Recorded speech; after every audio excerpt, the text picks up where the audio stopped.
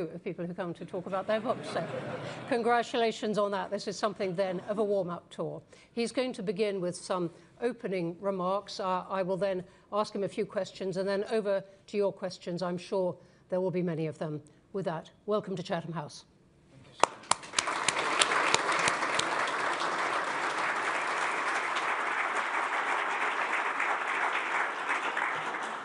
Well, thank you for that introduction. You read it just the way I wrote it. But it genuinely is an honor for my wife Karen and I to be back in Great Britain. We are rounding out a week of travel that's taken us from Newcastle to the north and then Oxford and Cambridge, but I was very much looking forward to the opportunity to walk in these historic halls and speak into this moment here at Chatham House, an institution that for more than a century has stood as one of the world's leading forums for thoughtful debate and principled dialogue on international affairs. Well, it wasn't in my introduction. I hail from a heartland state, but I spent more than a decade on the International Relations Committee in the House of Representatives as a governor. I traveled the world, because in Indiana we do two things well. We make things and we grow things and we sell them to the world. And then as Vice President of the United States, I had the privilege of representing our country in many venues with many world leaders. And so I cherish the great tradition here at the Chatham House, and I'm humbled by the invitation. Truth is, Chatham House has helped nations turn the lessons of war into the practice of peace. And in every generation, your work has reminded us that ideas shape destiny and the future of freedom. Join me in thanking the leadership here at the Chatham House for the work that you continue to do.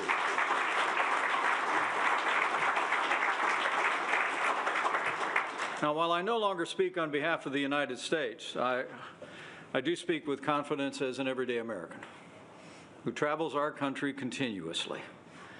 And I came here to speak with confidence on behalf of millions of Americans who cherish the enduring friendship between the United States of America and the United Kingdom. As I learned in my 20 years in public office, our bond is like no other. The special relationship, as Winston Churchill called it, was not declared by a treaty or born of convenience. It was forged in the fires of World War I and World War II.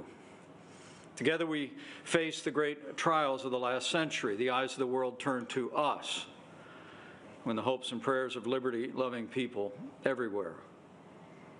We fought side by side to defeat Nazi Germany when American and British troops landed on the beaches of Normandy. In the years that followed, we stood united to vanquish communism and build alliances that anchored the world with stability.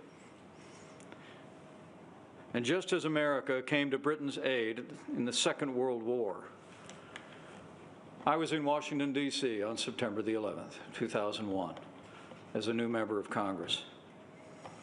And I witnessed Britain come to our aid after 9/11. The only time Article 5 has ever been initiated under the NATO treaty. Thousands of British troops fought and bled besides ours in Afghanistan and in Iraq and in the global war on terror. Many never came home. As I said in my visit to the territorial military base in Newcastle last Friday, meeting with men and women in uniform, I said, during all my years in Congress, I made a point to visit our troops downrange every year for 10 years, following the launch of hostilities in Afghanistan and Iraq. And as I told those British soldiers just last week, I never visited a forward deployed base without seeing the Union Jack flying beside Old Glory. The Bible says if you owe debts, pay debts. If honor, then honor. If respect, then respect. So allow me to join voices of remembrance that gathered in this great country just last week. The American people will never forget or fail to honor your heroic fallen who came to our aid these past 20 years. Now, today we also stand shoulder to shoulder in defense of Ukraine, following the brutal and unprovoked Russian invasion 3 years ago. Since the outbreak of the war, you Brits have done your part, leading the coalition of the willing, £22 billion to Ukraine's enduring fight for freedom, training 58,000 Ukrainian military personnel, and committing to maintain the peace if and when peace comes. The truth is, ours is not merely an alliance of interest or random chance. It is an alliance of ideals. We are connected by those ideals. Our country will celebrate those ideals, the 250th anniversary of the American founding. And while we were separated by war for a time, the simple truth is that it was the institutions, the traditions of democracy and the West that were born here and carried there. As Churchill also said, and the American people know, Great Britain is Greece to America's Rome, and we'll never see it otherwise. But the truth is, those ideals, those shared principles in this still young century are once again being tested. We're living in an age of rapid change and rising peril. Authoritarianism is on the march. A fallen empire labors to rise from the grave in Eastern Europe. China continues its military provocations in the Asia-Pacific. And at home, both in the United States and here in Britain, we are confronted a rising chorus of voices urging retreat from the world. On the populist right in America, some argue that we should turn inward, abandon our allies, trade leadership for isolation. They argue that America can't take care of our domestic issues while remaining leader of the free world. Well, to them, I say, anyone who thinks that America cannot solve our problems at home and be leader of the free world has a pretty small view of the greatest nation on earth. We have done both for more than 75 years, and we will continue to do more than both in the days ahead.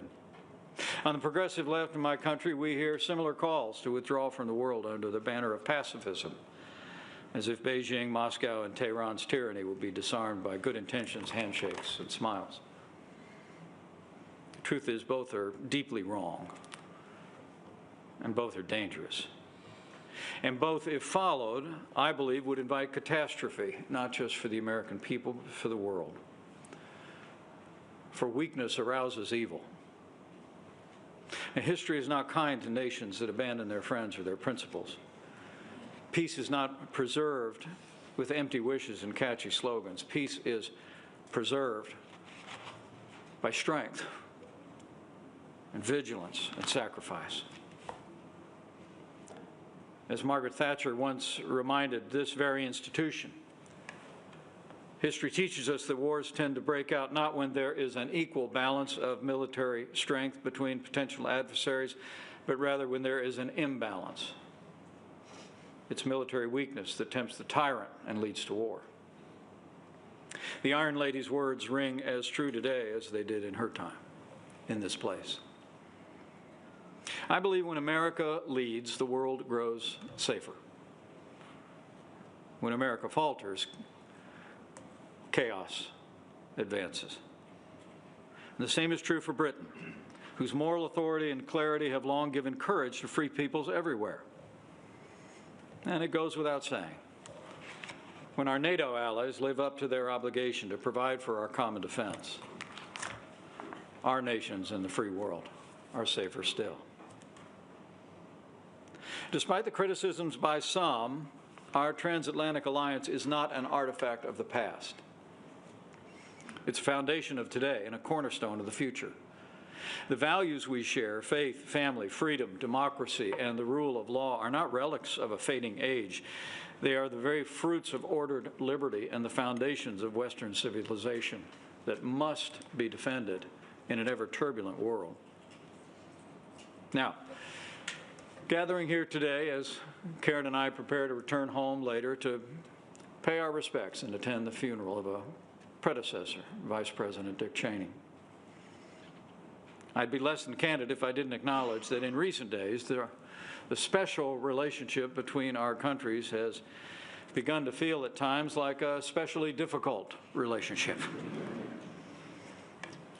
Now, I acknowledge that some of our president's recent actions imposing unilateral tariffs on friend and foe alike have strained relations with the UK, at least for a time.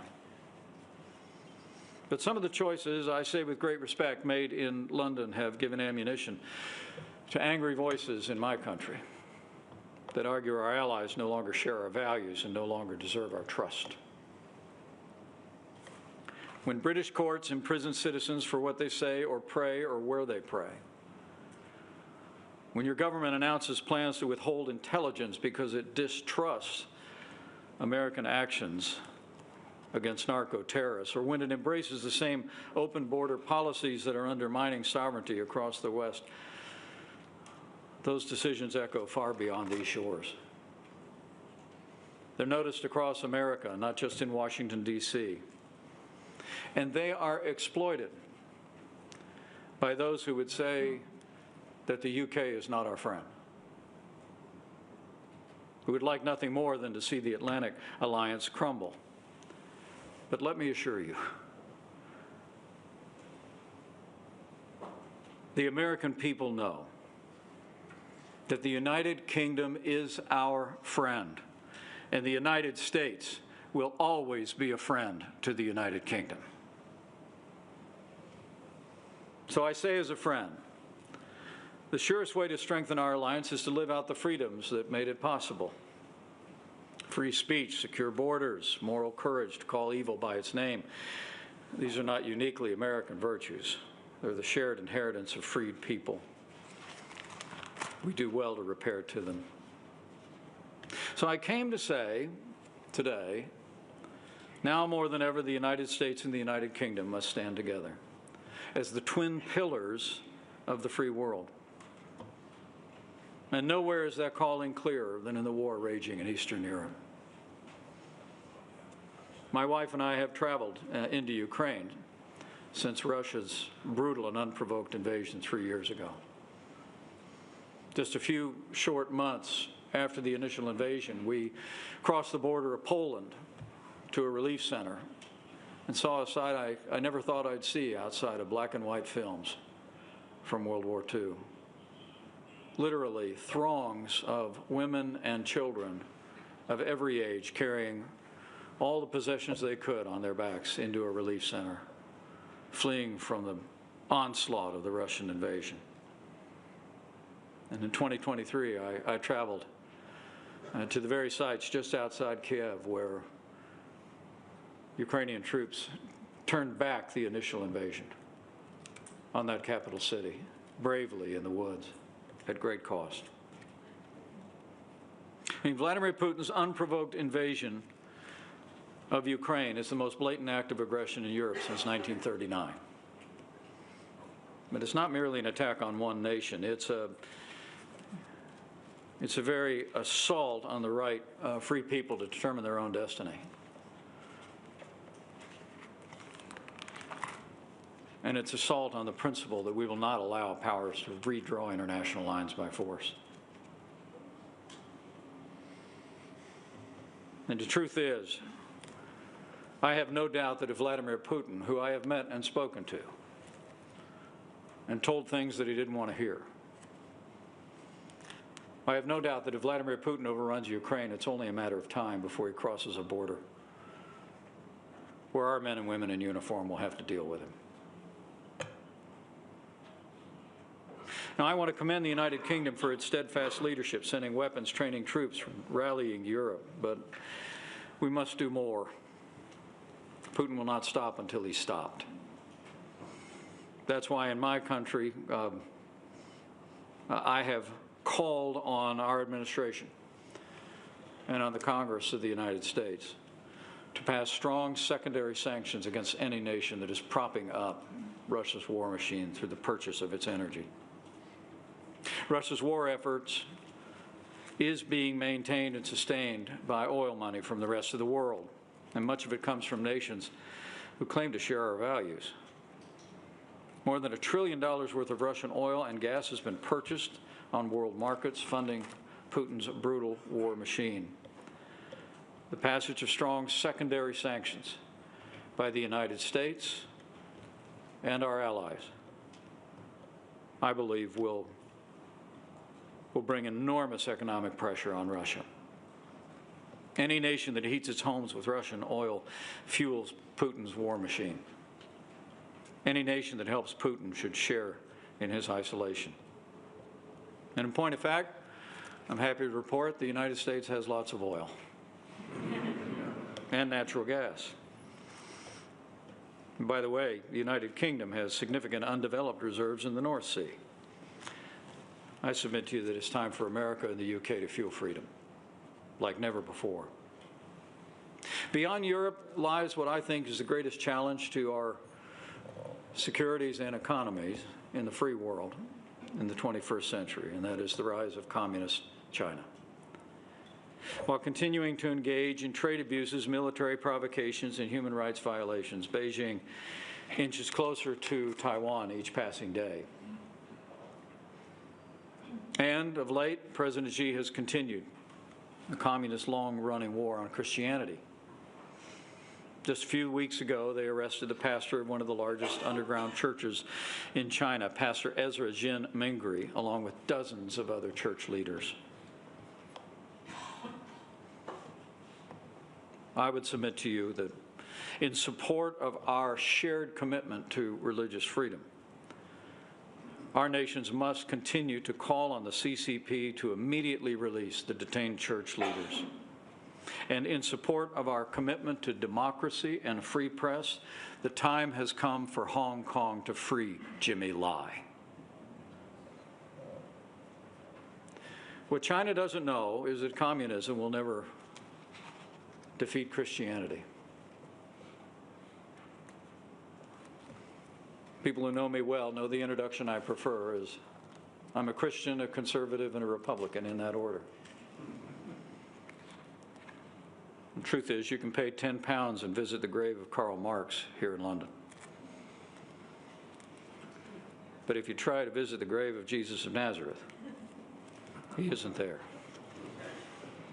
He's risen, and his church is on the move.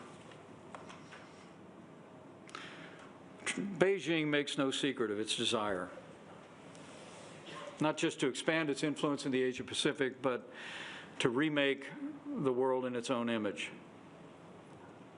More totalitarian, less prosperous, more antagonistic, less concerned with human rights, in a world in which we're all less free. Xi Jinping, who I've also met and spoken with, believes history is bending in China's favor, that the West is decadent, divided, too exhausted to defend our interests. And sadly, America's rising isolationists agree. But I say with confidence, President Xi is wrong. And together we will meet China's challenge with unity, defending freedom, navigation in the Pacific, standing with free people of Taiwan, securing our critical supply lines, and ensuring the technologies of tomorrow are shaped by liberty, not by tyranny. The future does not belong to the Chinese Communist Party. The future belongs to freedom. That's the dividing line of our time, more than ever before in my lifetime. Free nations on one side, and those hostile to freedom on the other. In Europe, Asia, and especially in the Middle East. You know, I'm proud to reflect on the shared, deep historical bond that the United States and the United Kingdom share with Israel. Here in Britain, the tradition of Christian Zionism helped inspire the Balfour Declaration, which in turn paved the way for the rebirth of the Jewish state of Israel. And America was proud to be the first nation on earth to recognize that nation in 1948. It is a legacy worth defending and preserving in our time, fulfilling the hopes of generations, both of our countries, and of the proud Jewish people through the millennia. And make no mistake about it, Israel's survival has never depended on charity. It's depended on partnership. That partnership has made the world safer. As America's B-2 bombers buried the Iranian nuclear program under tons of rubble, it was the Israeli Air Force that cleared the way to a safer world. And as we stand with our cherished ally Israel, I submit to you with great respect that we must also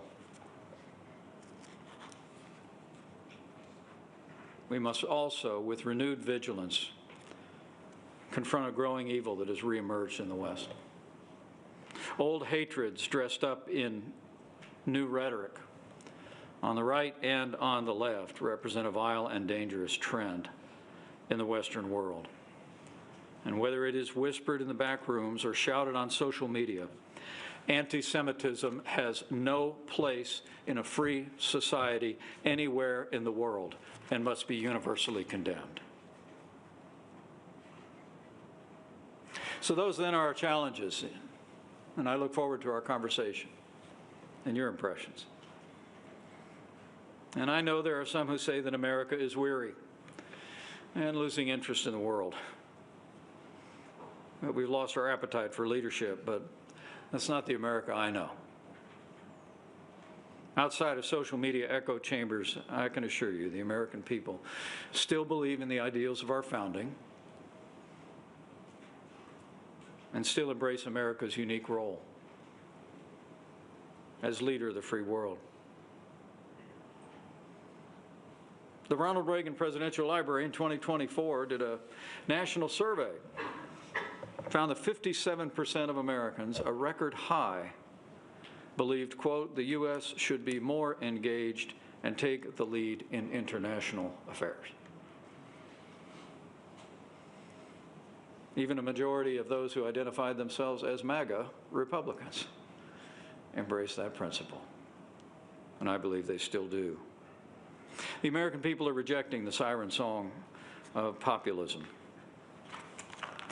and I believe they always will. Because America's core character does not change. With one leader, one season in our history, our nation has weathered populists and progressives, isolationists and realists, every shade in between. I mean, our country may get off message from time to time, but America will always be defined not so much by our government as by the enduring and indomitable spirit of the American people. A belief in freedom, free markets, and government of, by, and for the people. So as I close, let me say to all who are gathered here, straight from the heart, that don't give up on these principles or the important relationship between our two free nations, on the alliances that make us strong. Don't give in to pessimism. Don't lose faith in your countrymen, and never, never doubt the goodness, decency, resolve of the American people. And I know with God's help, America will continue to lead the free world. And as the United Kingdom and our allies stand with us, we will stand firm for freedom against this rising tide of tyranny and aggression, and we will forge a future of liberty, security, and prosperity for all mankind. So help us God.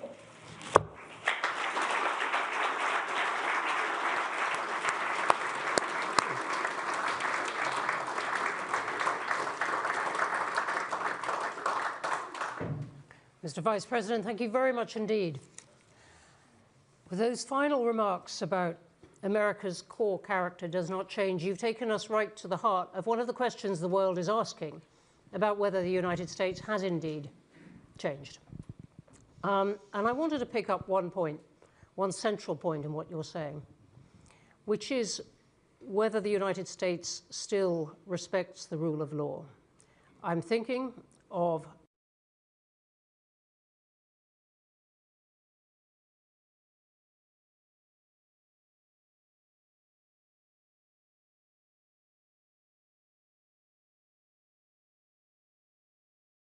among many other things, of the remarks that President Trump made about perhaps taking over Canada or Greenland, or some of the things which he has said in the context of Ukraine, which seem to allow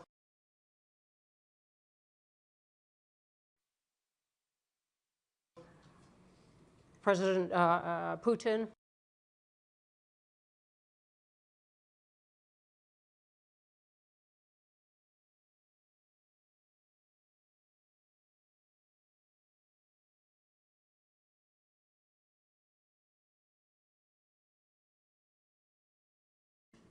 a degree of success or reward for what, as you say, is a hostile invasion of another country. So does the United States still respect the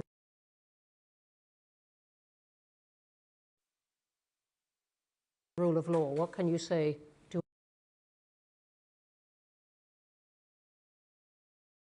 other countries looking at this? Well, gee, look at the time. You know, yes or no will do. Well, I say emphatically yes. The people of the United States of America and our leaders not only respect the rule of law, but cherish it, cherish freedom. You know, I'm very proud of the record of the Trump-Pence administration. It didn't end the way I wanted it to, but I'll always believe, by God's grace, I did my duty that day in January of 2021 to see to the peaceful transfer of power.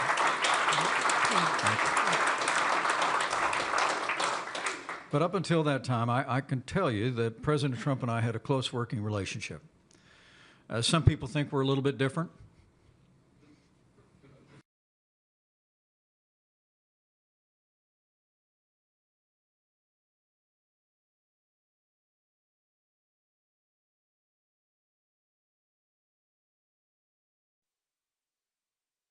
Around the world, friend and foe alike.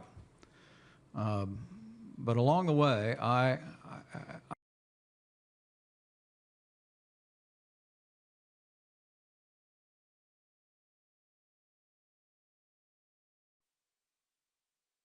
took down the ISIS caliphate. I took down their leader without an American casualty, and also removed the leader of the Iranian Revolutionary Guard, Qasem Soleimani. We stood without apology for Israel, moved our embassy to Jerusalem. So I would maintain to you that that even as the president's rhetorical style can get the attention of the world, like very few leaders I've ever known, that watching what America did in our years, watching where the administration has gotten to after some stops and starts with Ukraine, should give evidence of the fact of what the expectation of the American people is, what the expectation of our leadership is in Washington, D.C. I think we're going to continue to be a nation standing for freedom. President Trump will not change.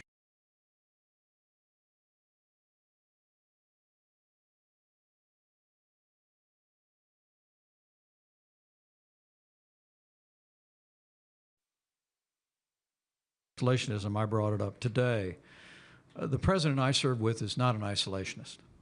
In fact, he has a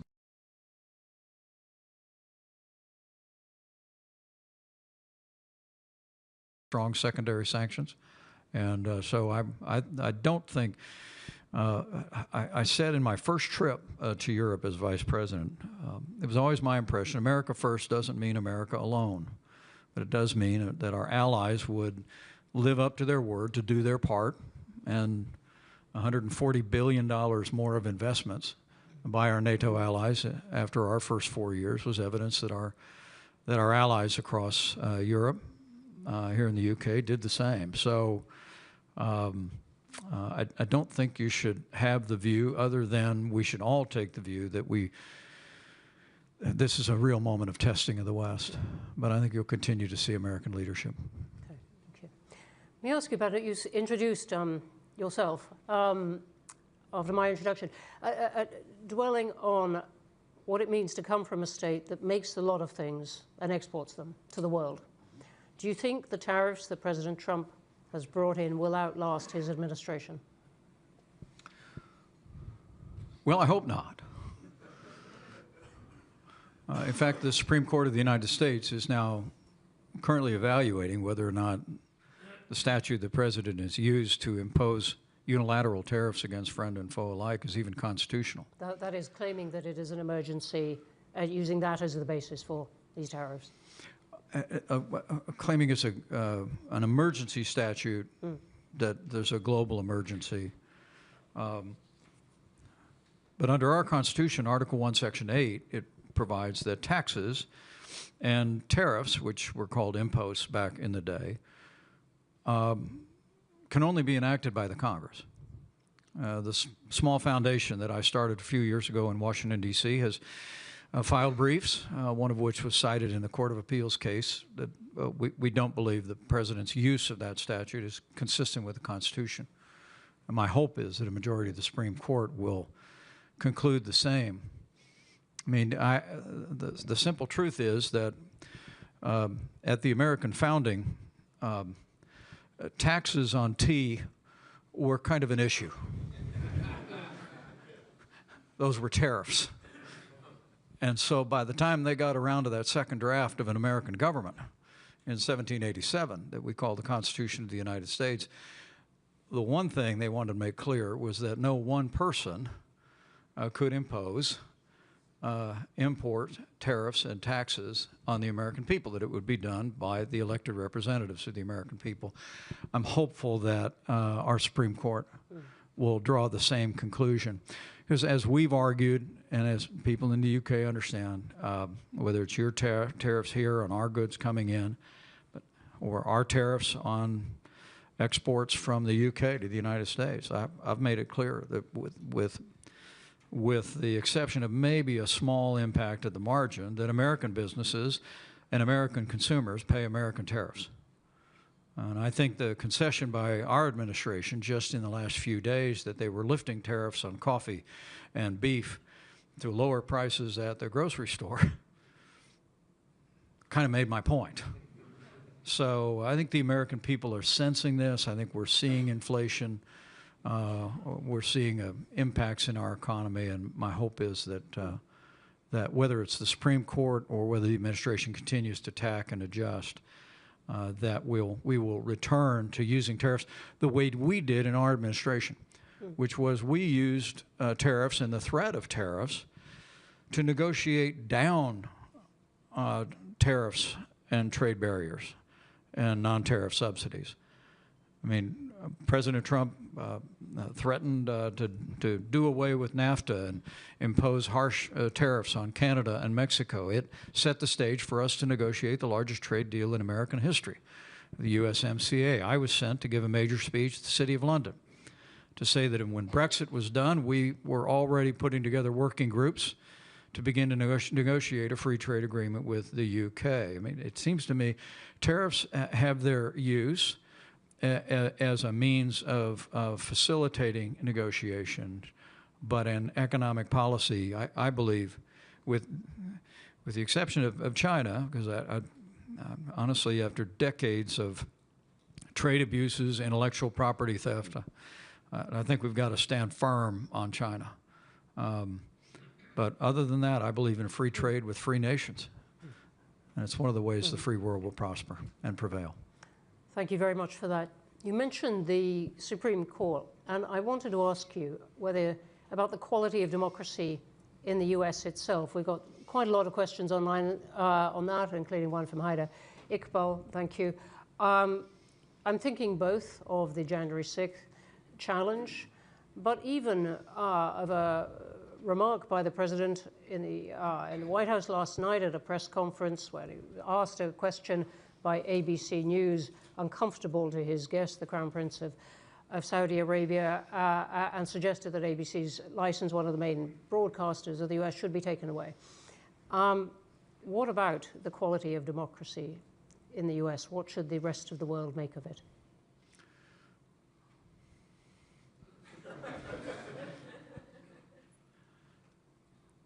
I'm very confident about American democracy.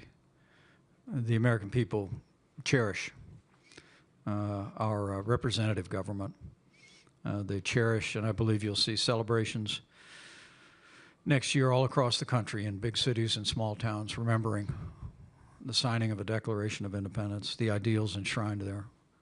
And my confidence really comes from having not only served in the Congress and as a governor and as vice president, traveled across our country continuously, but Karen and I, after we left the White House, we moved home to Indiana. We bought 5 acres and a pond, a riding mower, pickup truck. So we spent a lot of time traveling around the country, as well as just living in the heartland.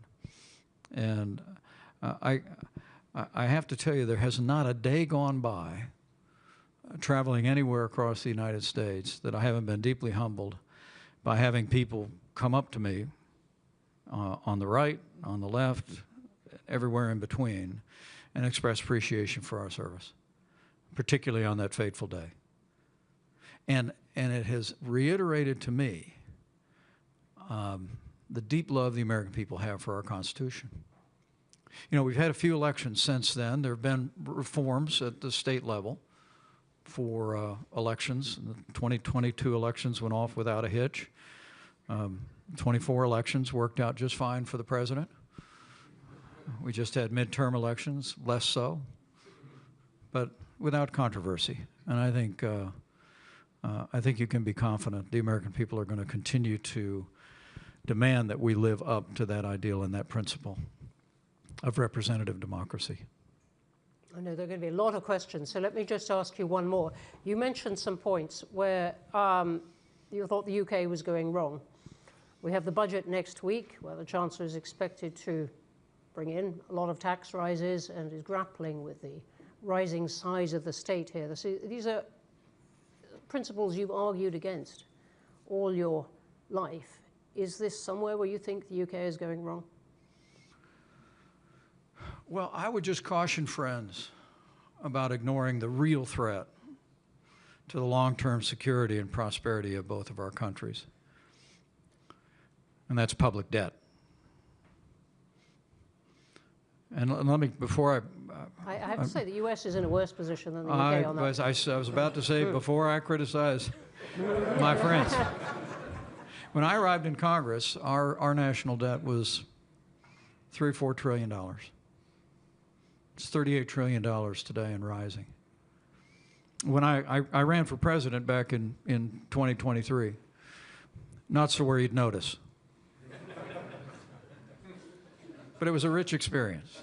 But I think only of the 8 candidates in that primary, not counting the one that won, only 2 of us were talking about the national debt. Only 2 of us were talking about the only real way to solve the national debt is with compassionate reforms of the entitlement programs that consume more than 80% of federal spending. Now, why did I open that up by saying the greatest threat to our security and prosperity?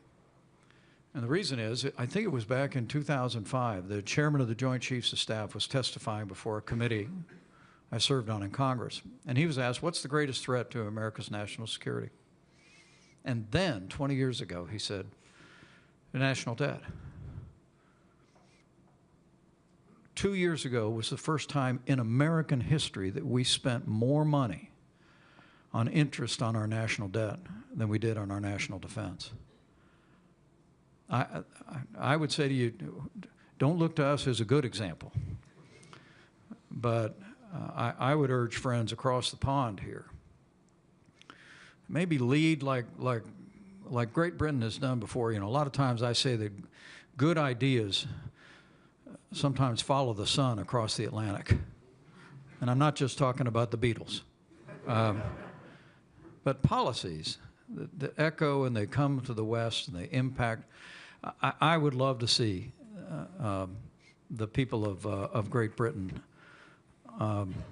call upon their leadership to lead on the kind of fiscal reforms that will put us back on a sustainable path. I'll continue to be a voice for that in our country, but I think we have a moral obligation to lift this mountain range of debt off our children and grandchildren for our security and our prosperity, and I'll continue to champion it. Thank you very much. Let's go to questions. Lots of hands up. Right, let me come here first in the front row.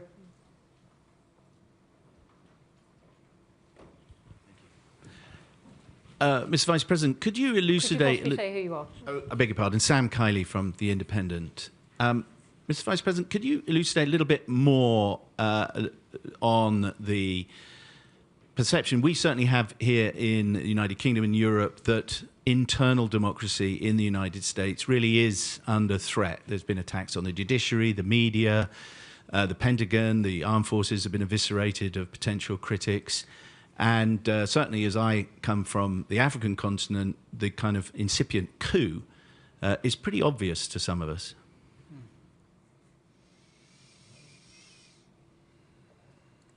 I understand the perception, and I understand the way actions get written about. But I just speak with confidence about the expectations of the American people. And the American people cherish our democracy. They cherish our republic. And I actually believe, you know, I've said many times, January 6th was a day of tragedy. But thanks to the heroes in uniform, the riot was quelled. And you witnessed Republican and Democrat members of the House and Senate reconvene the very same day to complete our work under the Constitution. So that day of tragedy became a triumph of freedom. And while, as I said, I still have my critics,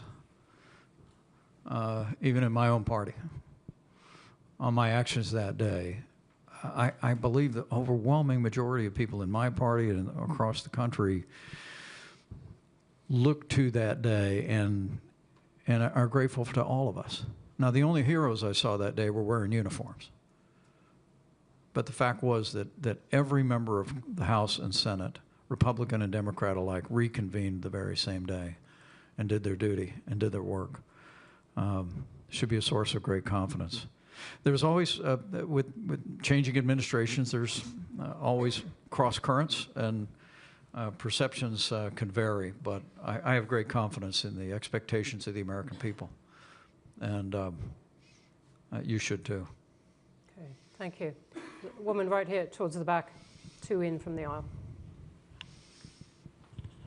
Thank you very much, Mr. Vice President. Judy Al-Harthi from the Leadership International Program at Chatham House. We're all witnessing the Crown Prince of Saudi Arabia's visit right now to the White House, and we're hearing about a potential defense pact and new AI agreements. We're hearing also that this partnership will evolve beyond the traditional. What will that look like in the short term and in the long term?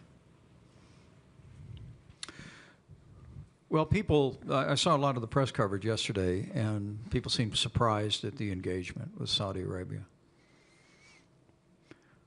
for a variety of reasons. But it's important to remember that the first international trip that the president took under our administration was to Riyadh. We engaged Arab nations directly and immediately, even while we stood without apology with our most cherished ally, Israel. We, as I said, moved the American embassy to Jerusalem. We recognized the Golan Heights. We were told by many sincere voices in international relations that that would result in harvesting the whirlwind, that war would break out in the region. In fact, what broke out was the Abraham Accords. 2020, while the world was wrestling with the worst pandemic in 100 years, we still nevertheless were able to gather on the south lawn of the White House and have two Arab nations normalize relations with Israel. And while I've expressed concerns here during my trip in the UK about the sale of F-35 aircraft to Saudi Arabia, and given that's the most advanced aircraft platform that we have, stealth technology, and I am hopeful the administration will carefully consider the transfer of that technology to Saudi Arabia and take steps to ensure that that technology does not fall into China's hands. Forgive me, is that your main concern, that China gets access to it as opposed to changing the balance of power? It it is a very real concern because I'm very aware of our military superiority and our technologies, and the F-35 platform is chief among them.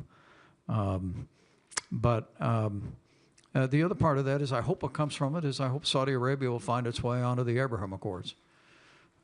That would be a colossal development in the region, and it may well signal, after the horrors of October the 7th and the tragedy of the war the necessary war that Israel prosecuted in Gaza since, it might well herald a completely new season for peace in the region.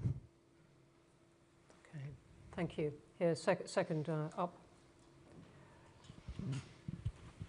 My name is Nishan Chilkuri, Chatham House member, and I work for the Daily Mail. Mr. Vice President, you've obviously paid a big price for your commitment to upholding the Constitution. Going into the next election, do you expect to see actions that will challenge it yet again? What are your biggest fears?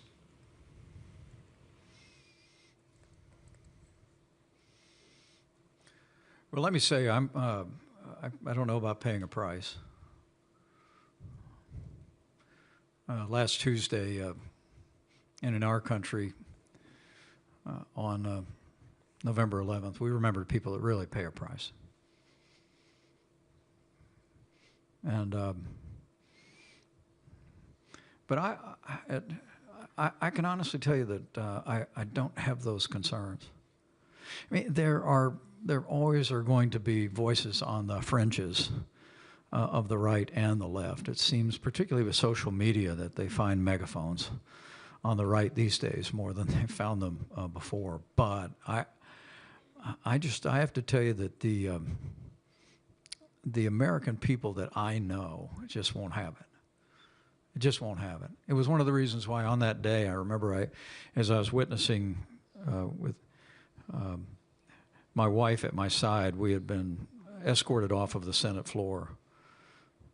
The Secret Service wanted me to leave the building, but I was determined to stay at my post and finish our work. By God's grace, we did. But I remember looking at that small television set, seeing people smashing windows and assaulting police officers, and I just found myself thinking, not this, not here, not in America. And particularly not the people of our movement. I will maintain to you that the people that engaged in violence and vandalism on that day did not represent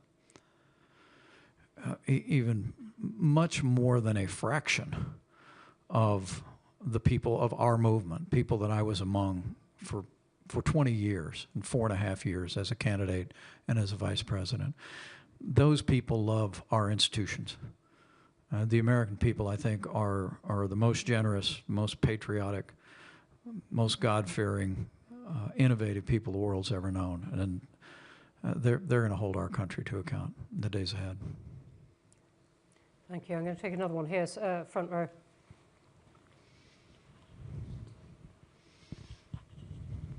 Jonathan Rugman from Channel 4.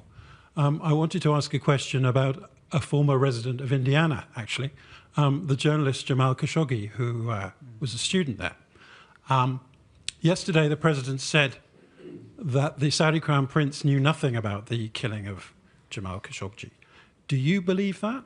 And did you see evidence to the contrary when you were in the White House, given that the subsequent intelligence assessment, which was published, said otherwise?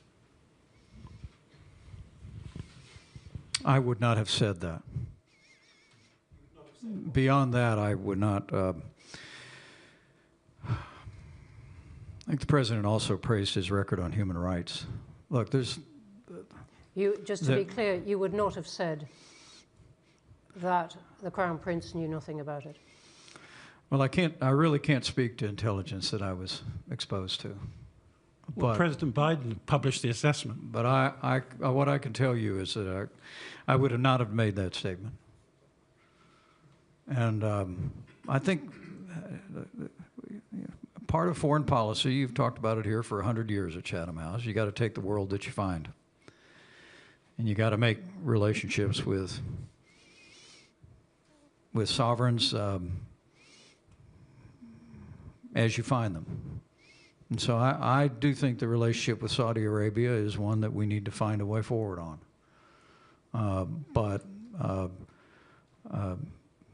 I think it's very important that we never cast aside. We never cast aside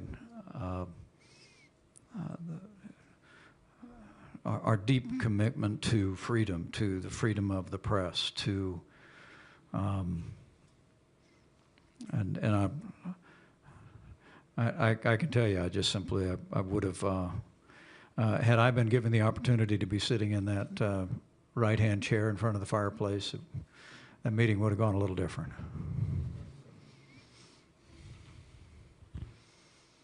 Right at the back near the door. Olivia.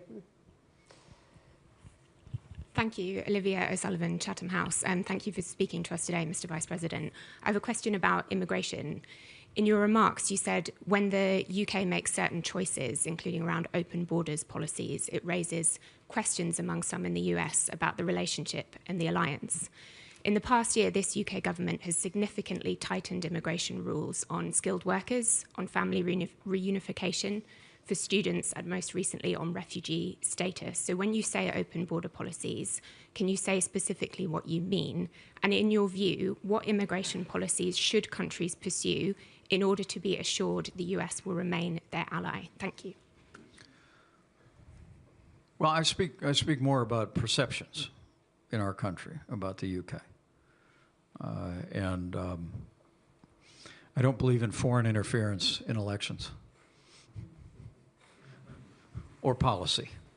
So I'll leave you to that. But there has been a perception of open borders, not only in the UK, but among other European nations. And the Biden administration essentially undid all the policies that we had put into effect that secured our southern border and ended asylum abuse almost overnight with what actually I negotiated came to be known as the Remain in Mexico policy. We required people, if they applied for asylum in the United States, that we would process their application, but we would require them to wait in Mexico as opposed to disappearing into the United States as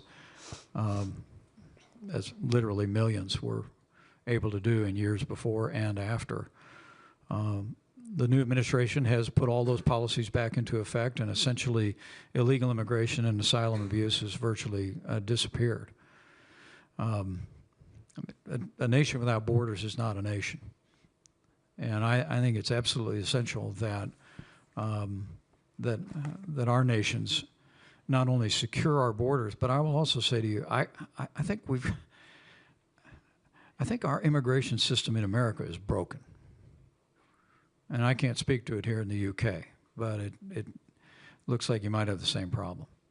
I mean, immigration ought to be an invitation for people to come in to your country. I think it was Adam Smith that said, no nation grows but by population. So you want positive immigration into your country, but you also want people, to come to the UK to be British. We want people to come to the United States to be Americans. My grandfather got on a boat in Ireland in 1923, sailed across the Atlantic, stepped onto Ellis Island, never lost that Irish brogue. Michael Richard Pence was named after Richard Michael Cawley. Proudest man I ever knew, and he was a proud American. He never forgot his home across the pond, but in what he used to call the old country. And I've been to that house he grew up in.